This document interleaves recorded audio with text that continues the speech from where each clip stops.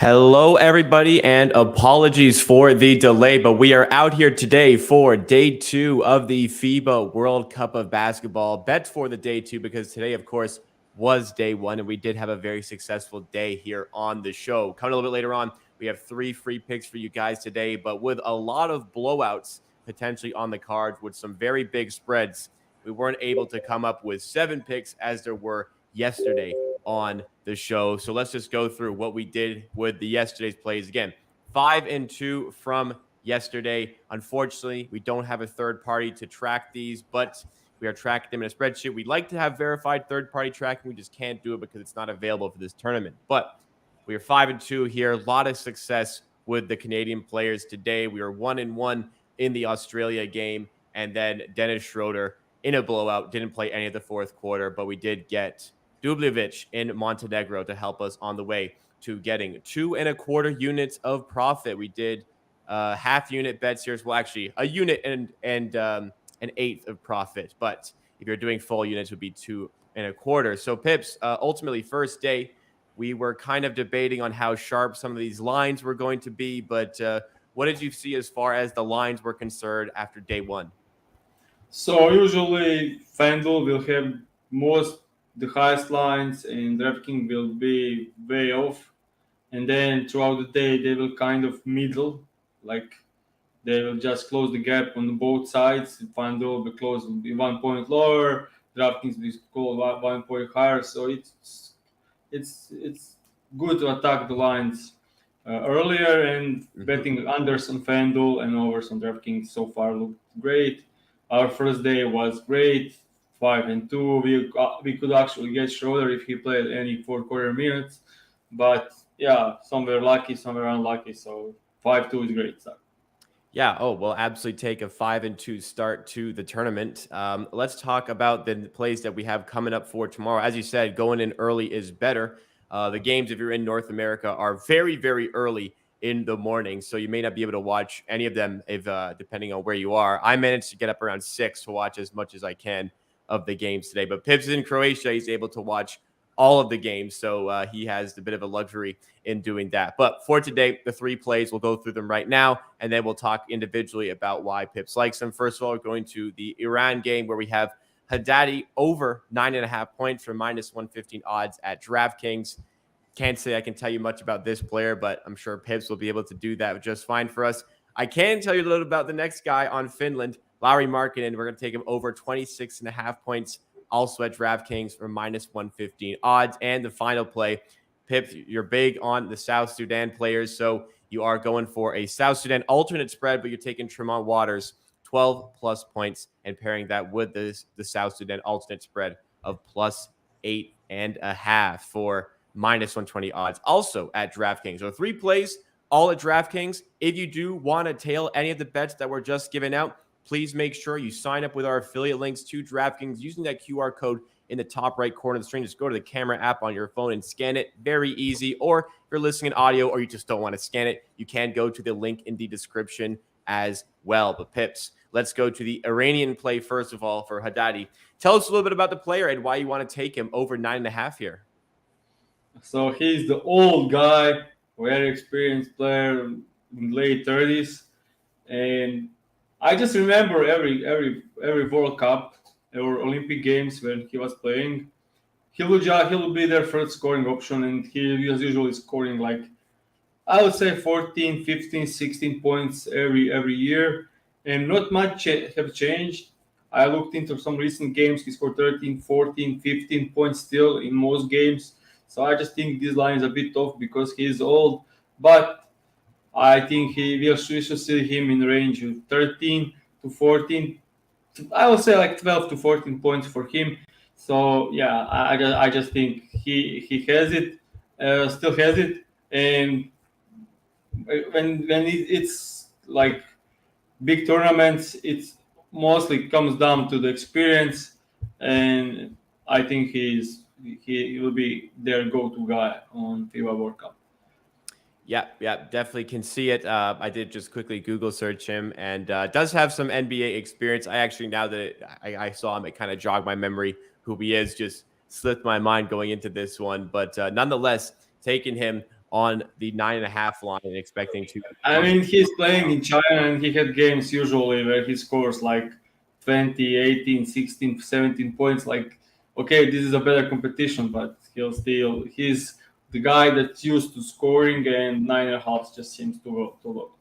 Right? Yeah, these the FIBA competitions cater to bigs. He's a 7'2" big. Obviously, Brazil will be a formidable opponent for Iran, but as you said, the go-to guy here. And another go-to guy is in the Finland game. Larry Markkinen tore up the NBA season and expected to light it up on the FIBA World Cup scene as well. It's going to be a not super easy game here for Finland, but you're taking Markkinen on this point line. Yeah, Why don't you take us through? that's the reason why I'm taking it, because it won't be a super easy game. So I expect him to play heavy minutes. Mhm. I don't know if you remember, but when we spoke about Japan, Mhm. I think their defense. I watched the entire game against the Germany, Yeah, me too. so their defense is terrible, like very terrible, and I don't think they have anyone to even slow down Lowry. And yeah, I mean the Franz Wagner brother, Moritz Moritz Wagner. Wagner. Moritz Wagner had tremendous game Yeah.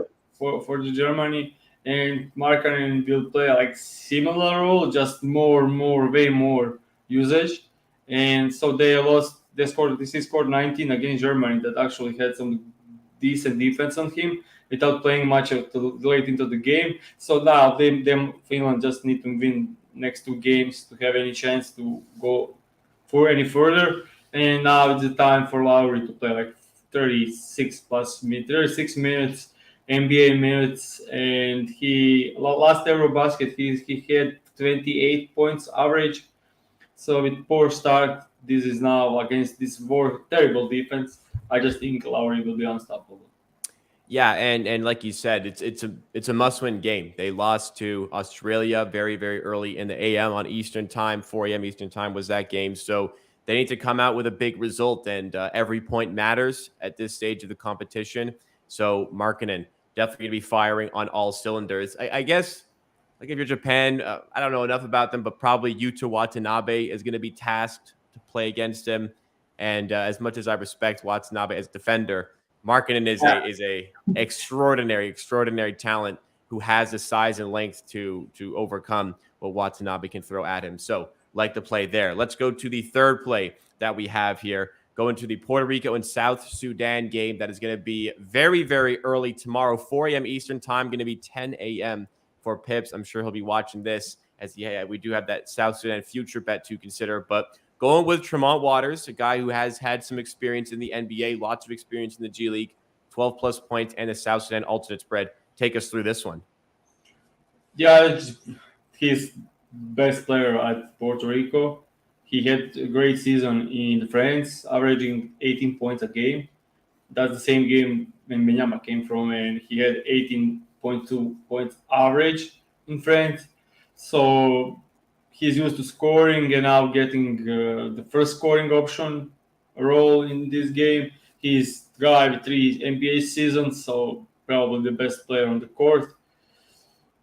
His line is 15 and a half. I just took step back because, as I said, I love South Sudan in this matchup, and getting it 8.5 plus is great because I think this game will be close, and yeah, Waters will be the guy for Puerto Rico, and even with lower efficiency, I think he'll be able to clear this line. All right, so good stuff there. We'll wrap up in just a second here. Before we do that, not just because I am Canadian, I do want to talk about the big game that we had today. Two of the tournament non-US favorites, France and Canada, widely considered the second and third best teams in the tournament. Unbelievable by the Canadians, pounding the French by 29 points. I think it ended at just an absolute demolition in the second half after a very tight first half. Um, let's go through both sides here. Maybe we'll give you the French perspective where it went wrong, and then I can talk a bit about why Canada had success here. But where do you think it went wrong for France today, and how do you think this will affect them going forward? So their entire offense is Evan Fournier Yeah. and Nantes De Colo. and Fournier was going against Dylan Brooks. And Dort some part of the game, Nando De Colo was against Barrett and Shea. Tremendous defense. Like going forward into this competition, I said like France has tremendous defense, but their offense is a big question mark. I said it on our preview. And second half, they didn't create absolutely anything. They got completely destroyed by defense of Canada. And then you guys pushed the transition and had some easy points, and that's where you get the game. And also Shea Gilgeous Alexander, Shea was cooking. yeah, pretty standard third quarter from him where he just scores 20 points in like 7 to 8 minutes. So like he was doing the entire season in the NBA. So yeah, that's yeah, pretty much. Yeah, from the Canadian perspective here, trying to alleviate any sort of bias, Fournier in the first half just couldn't miss. Jump shots were falling for France. And for Canada, Shea was struggling. Barrett was struggling in the first half. Jump shots in general were just not falling. And as soon as France kind of started regressing with their shooting and Canada started to, they didn't shoot particularly well, but they just started hitting more of those shots, particularly Shea Gilgeous-Alexander. They just absolutely cruised through the second half. That was the most impressive Canadian basketball performance in my lifetime. That's like not an exaggeration to do that against the French national team, a premier international team, was just incredibly impressive. And it's a big showcase to how far Canadian basketball has progressed. So that was very nice to see. Carolinic, our bet was huge. Oh, yeah. By creating, No scoring, everything. And I didn't like one thing that was starting the second quarter when Dort was took too many shots and like for without any reason. He on this team he should be like one of the last guys to take shots. He's one of the worst inefficient players in the. He's here for defense and he should play defense and let Shea cook. Shea and also Barrett. Barrett first I think 15 minutes of the game didn't get the ball at all. Yeah, not much. Yeah, but that's because Dort got the ball and just drive and miss layups and stuff. But yeah, second half way better, more consistent roles for your best players, and they just start cooking. But yeah, Shea, if he continues playing like this, you'll go way far. So France will likely get out of the group still. They have to go through Latvia and Lebanon to get through. They likely will be able to do that, but their road beyond the group stage becomes more difficult because the record carries over. The game against Latvia will be crazy because they are great interior defense with Gobert, and they don't shoot many threes on offense, while Latvia is like hardcore 3-point shooting team. So if the variance is on their side, they could make upset. But yeah, let's not talk about. But if these shots are falling for Latvia, that would be a crazy game.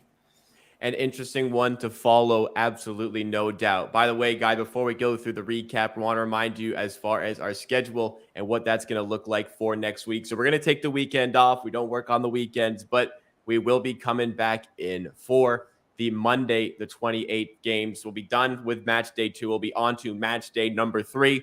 Next week will be Monday and Thursday. The week after that will also be Monday and Thursday, as well as the Friday to get you ready for the finals and the third place game. So in between, guys, you can just follow me on Twitter. I'll share some plays for sure there. In the days we don't have the show, I'll share it on Twitter. And yeah, let's just keep going with this great start. Yep. You can follow Pips at Pips NBA, PIPS NBA. And for today, the plays that he is going to be throwing down, we'll pull them up on screen to recap. First of all, as Iran is involved, we'll be going with the veteran player Haddadi over 9.5 points from -115 odds at DraftKings. All the plays are at DraftKings. Second play, second game for Finland, but we're taking Markkanen over 26.5 points, also -115 odds. And finally, a same game parlay in the Puerto Rico South Sudan game. Puerto Rican point guard Tremont Waters, 12 plus points, paired with a South Sudan alternate spread of +8.5, -120 odds on that one. So that has been your show. Hopefully, we can follow up today's great start with some more great stuff on the weekend. But for all you guys watching, to stay up to date with all the content, be sure to hit that like button and please make sure to hit that notification bell as well to get involved with the channel, and you're reminded when we do go live on Monday. So thank you, everybody. Have a great weekend. We'll see you very soon for some more content here on The Board.